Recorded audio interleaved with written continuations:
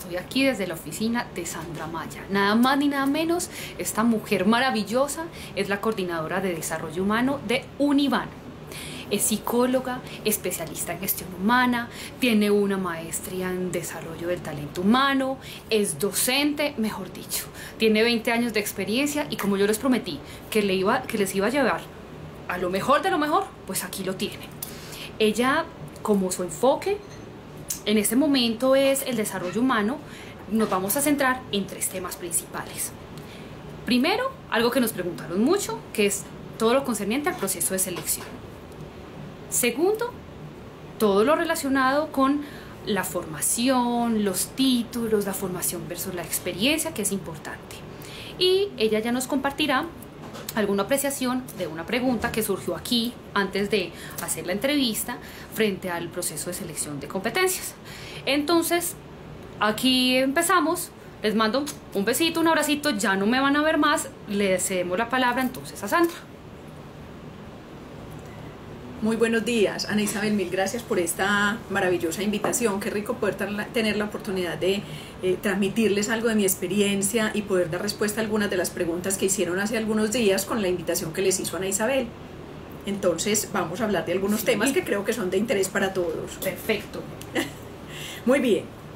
Hablaba con Ana Isabel hace un ratico sobre los procesos de selección en las organizaciones y coincidíamos en algo, y es que normalmente las personas pues participan en los procesos de selección, pero hay un problema muy grande porque quienes hacemos selección buscamos características, habilidades, competencias muy claras, muy específicas, y tenemos diferentes formas de medirlas. Sin embargo, las personas a veces no se preparan para las entrevistas. Creo que un problema grande en nuestro medio es no prepararnos para la entrevista, y más aún diría yo, Ana Isabel, es no tener la forma o no hacer la forma de tener una muy buena hoja de vida que realmente dé cuenta de lo que la persona es y ha hecho. A veces presentan hojas de vida demasiado largas, demasiado pesadas, con información que no es necesaria. Por ejemplo, hay una parte de la hoja de vida que habla del perfil de las personas.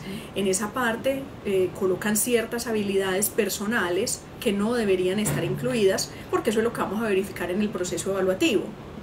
Más bien, ese espacio debería aprovecharse al máximo y dedicarse a mostrar en qué soy buena, cuál ha sido mi experiencia, qué es lo que he estado haciendo hasta hoy y en qué quiero seguirme desempeñando. Sandra, ¿tú dirías que lo óptimo de una hoja de vida es que máximo cuántas páginas tenga?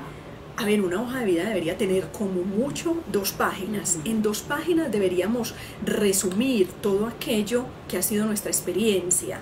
Hay datos que hoy se deberían omitir de las hojas de vida por todo el tema de discriminación, como son, pues les voy a dar algunos tipsitos: la información sobre la fecha de nacimiento, la edad, la dirección, tampoco es necesario colocarla, ni el estado civil.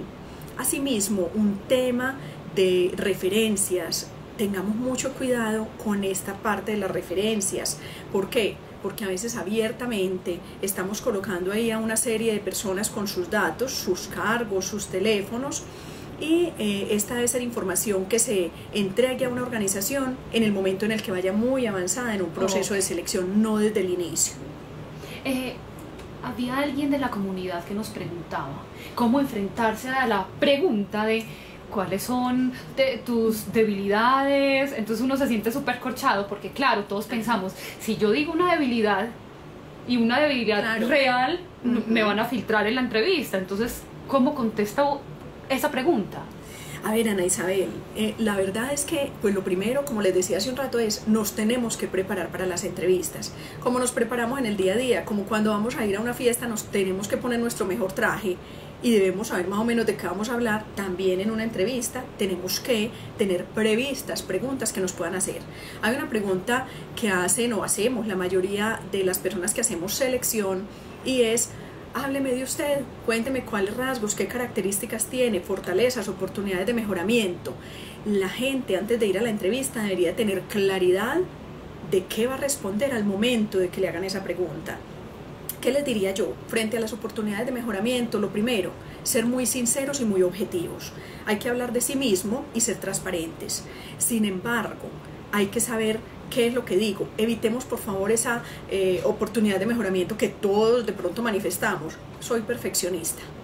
Esa es una de las oportunidades de mejoramiento que uno se encuentra más comúnmente en la gente que entrevista. Entonces, tratemos de buscar en el fondo de nosotros mismos qué otra cosa tenemos.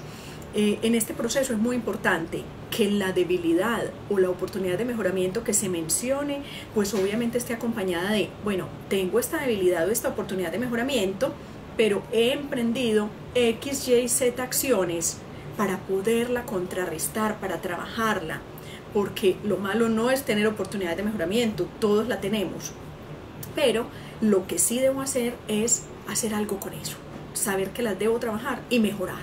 Perfecto. Otro cuestionamiento grande de la comunidad es los títulos versus la experiencia, ¿sí? Ahorita comentábamos internamente que ¿qué se pone o qué es más importante para alguien de tu nivel, ¿sí? Cuando mira un candidato y cuando mira su hoja de vida, la experiencia o los títulos, ¿cómo conciliamos eso? Muy bien, a ver, me gusta esa pregunta. La verdad es que yo que he visto, como decía Ana Isabel hace un rato, soy docente y veo a veces en las universidades estudiantes con muchísimo afán por tener títulos y tenerlos rápidamente, pero se olvidan un poco de la importancia de la experiencia para poder combinarlos de una manera adecuada. Entonces se encuentra uno con personas demasiado jóvenes, con muchísimos títulos, pero que definitivamente no pueden contrastar eso que han adquirido en la universidad con la práctica. Yo creo que uno tiene que ir caminando lento pero con paso firme. ¿Qué quiere decir eso? Hay que estudiar, los títulos son importantes para el desempeño de las funciones, sin embargo, el combinarlos con la experiencia sería la fórmula ideal. Si yo, por ejemplo, acabo de terminar mi carrera, me debería dar un tiempo determinado antes de pensar en la especialización con el fin de poder adquirir elementos que me permitan hacer un afianzamiento mayor de lo que adquiera en una especialización o más en una maestría o más allá. ¿Sí? Perfecto, Sandra. Y ya mi inquietud personal. Hablábamos ahorita de la selección por competencias. No muchos dentro de la comunidad sabrán qué es ese tema, que es selección por competencias. Es simplemente tomar unas aptitudes, unas habilidades propias, ¿sí? Que no necesariamente están relacionadas ni con mi formación, ni con mi experiencia, para que una empresa, ateniéndose a esas habilidades y evaluando y encontrando esas habilidades a mí, me contraten sin tener experiencia alguna para ese cargo y me desarrolle internamente. ¿Tú qué crees de ese tipo de selección? ¿Es posible? ¿Te gusta? ¿Qué concepto tienes? ¿Es posible que empecemos a desarrollarla en Colombia? A ver, digamos que en Colombia ya se ha empezado a desarrollar y hace tiempo se viene hablando del tema competencias. Considero que a veces creemos que evaluar por competencias es una cosa muy compleja, muy complicada, pero creo que en el día a día lo estamos haciendo. ¿Por qué? Porque las competencias son algo visible, algo que se percibe, algo que se logra ver rápidamente y de una forma no muy compleja en un individuo. Por ejemplo, si necesito saber si una persona trabaja en equipo y en un proceso de selección hago lo que se llama un centro de valoración, que se refiere a unos casos, a unas simulaciones, donde voy a ver a la persona actuando en una situación similar a la que tendría en el trabajo, me voy a dar cuenta si esa persona efectivamente cuenta con esa competencia de trabajo en equipo o no. Es ideal uno ver a la gente actuar con unos casos prácticos donde se enfrente a situaciones reales. ¿Qué es lo que pasa? Creo que hemos complejizado y le hemos puesto una mística muy grande al tema competencias. Y a veces nos podemos confundir con el término y con el tema y empezamos a llamar competencias a todo lo que se aparece en la organización y no es así. Creo que debemos tener unos focos, determinar o definir unas competencias para la organización claves y así poder saber qué es lo que estoy midiendo y definir la mejor forma de hacerlo. ¿Algo que quieras compartir con el grupo? ¿Algo que se te ocurra? ¿Algún consejo? ¿Algún tip más allá de lo profesional? ¿Algo que quieras compartirle a la comunidad? A ver, yo creo que definitivamente tenemos que ser seres, somos seres integrales, tenemos que ser seres auténticos, tanto en un proceso de selección como cuando estemos en una organización, mostrarnos como somos. Realmente no podemos cambiar nuestra esencia y hay cosas que definitivamente tenemos que saber si las aceptamos o no en una organización y saber claramente cuándo quedarnos y cuándo decir que no quiero más. Y eso es totalmente normal.